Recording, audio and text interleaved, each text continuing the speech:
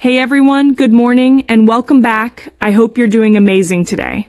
I am Leo, and I am definitely not doing amazing. I just tried to order coffee in Spanish, and the barista looked at me like I had 3 heads.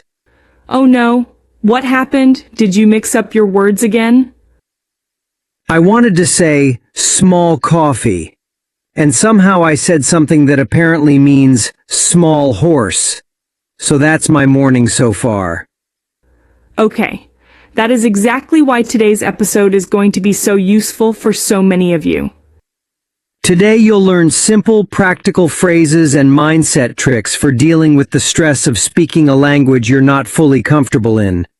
And you can use every single one of them tomorrow. Whether it's English, Spanish, or literally any language you're learning, this episode is for you. So stick around. And hey, if you've ever frozen up mid-sentence and just wanted to disappear, smash that thumbs up button right now, because you are definitely not alone. Seriously. And subscribing helps us keep making these episodes. So if this sounds like your life, go ahead and hit that subscribe button too. Okay, so Emma, be honest. Have you ever completely frozen up? Which basically means your brain just stops working and no words come out while speaking a foreign language. Oh, constantly. Especially in my first year of learning French, I would just stand there like a statue.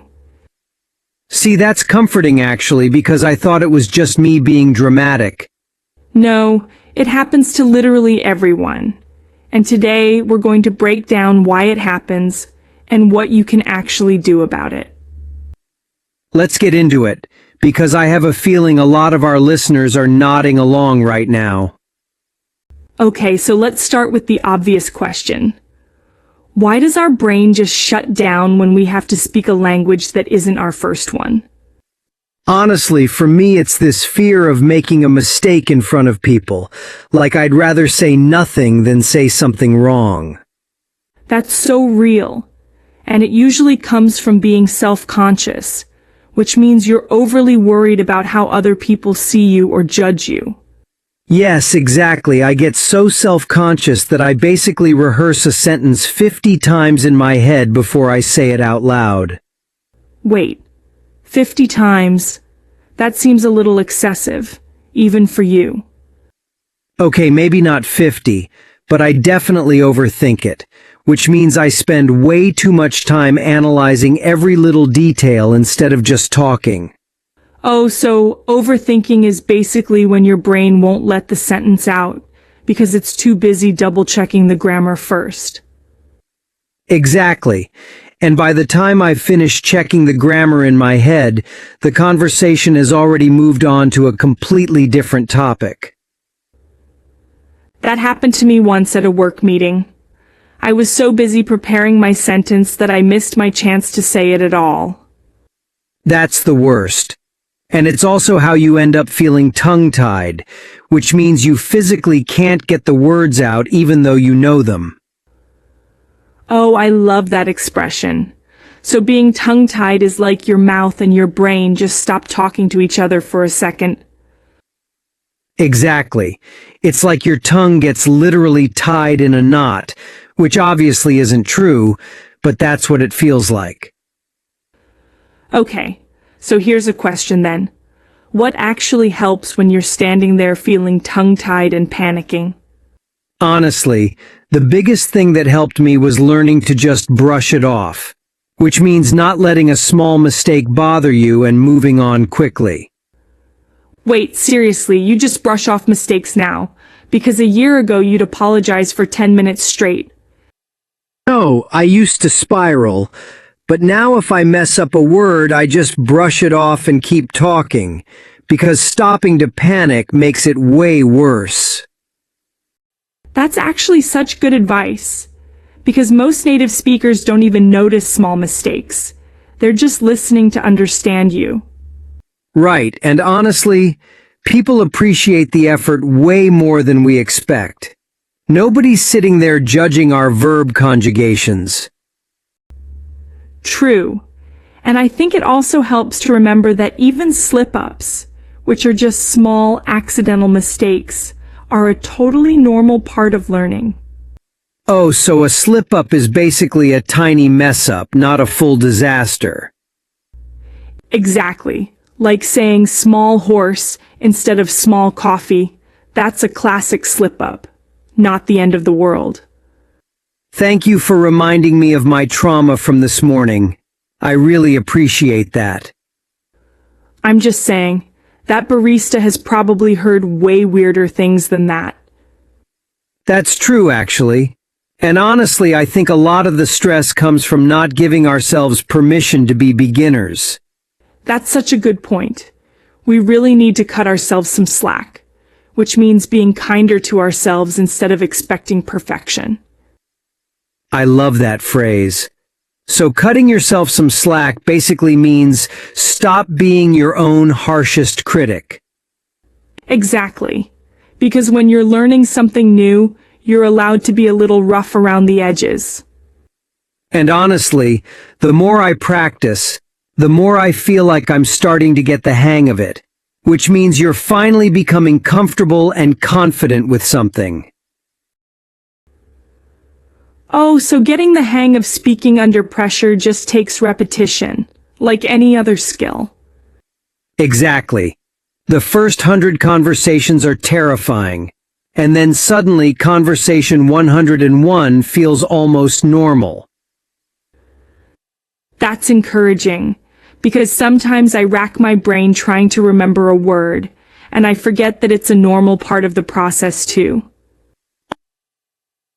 Oh, racking your brain means really struggling hard to think of something, right? Like your brain is being squeezed for information. Exactly. And instead of panicking when that happens, I've learned to just describe the word another way, or even blurt out a simpler version of the sentence. Right, and to blurt something out means to say it suddenly, without thinking too carefully, which honestly can be a great emergency strategy. It really is, because a slightly awkward sentence that you actually say is so much more useful than a perfect one that stays stuck in your head. That might be the most important thing we've said this whole episode, honestly. Okay, before we wrap up the teaching part, let's do a quick round to lock all of this in. Oh no, here we go, hit me with it. All right, Leo. Use the phrase cut yourself some slack in a brand new sentence, and it can't be about coffee this time. Easy. When I forget a word in a meeting, I try to cut myself some slack instead of panicking for the rest of the day. Nice. Now try get the hang of in a new sentence too. After a few weeks of daily conversations, I finally started to get the hang of small talk in Spanish. See, you're a natural. You didn't even freeze up that time. Look at that. No freezing up. I guess all this talking about it is actually helping. Okay, let's do a quick recap before we go, because we covered a lot of really useful phrases today. We talked about freezing up, feeling tongue-tied, being self-conscious, and how overthinking things can totally block you from speaking. And then we moved into the fixes, like learning to brush off small mistakes, accepting little slip-ups, and remembering to cut yourself some slack. Plus, racking your brain for a word, choosing to just blurt something out anyway, and slowly starting to get the hang of speaking under pressure. That's such a solid list. And honestly, every single one of these applies far beyond just language learning too. Before we go, let's put a couple of these to the test one more time, just to make sure they really stuck. Okay, Leo. Give me a full sentence using tongue-tied, and make it a different one from anything we said earlier. Sure, whenever my boss asks me a question in a meeting, I get so tongue-tied that I forget the simplest words. Nice one. Now try slip up for me, in a totally new sentence. No problem. Ordering the wrong size drink was just a small slip-up, not something worth stressing about all day. Perfect. And one more. Can you use rack your brain in a sentence about something other than language? Definitely. I always rack my brain trying to remember where I left my keys before I finally check my jacket pocket. See, you didn't freeze up even once during that, which honestly proves how far you've come today. So here's our question of the day for all of you. What's one moment when you froze up while speaking a language, and how did you handle it? Drop your answer in the comments below, and try starting your sentence with, I once froze up when, or, the thing that helped me get the hang of it was.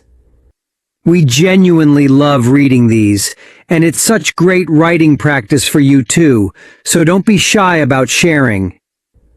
Thanks so much for hanging out with us today. And remember, every slip-up just means you're actually out there trying. Exactly. So cut yourself some slack, keep talking, and we will see you in the next episode. Bye everyone. Take care of yourselves. See you tomorrow.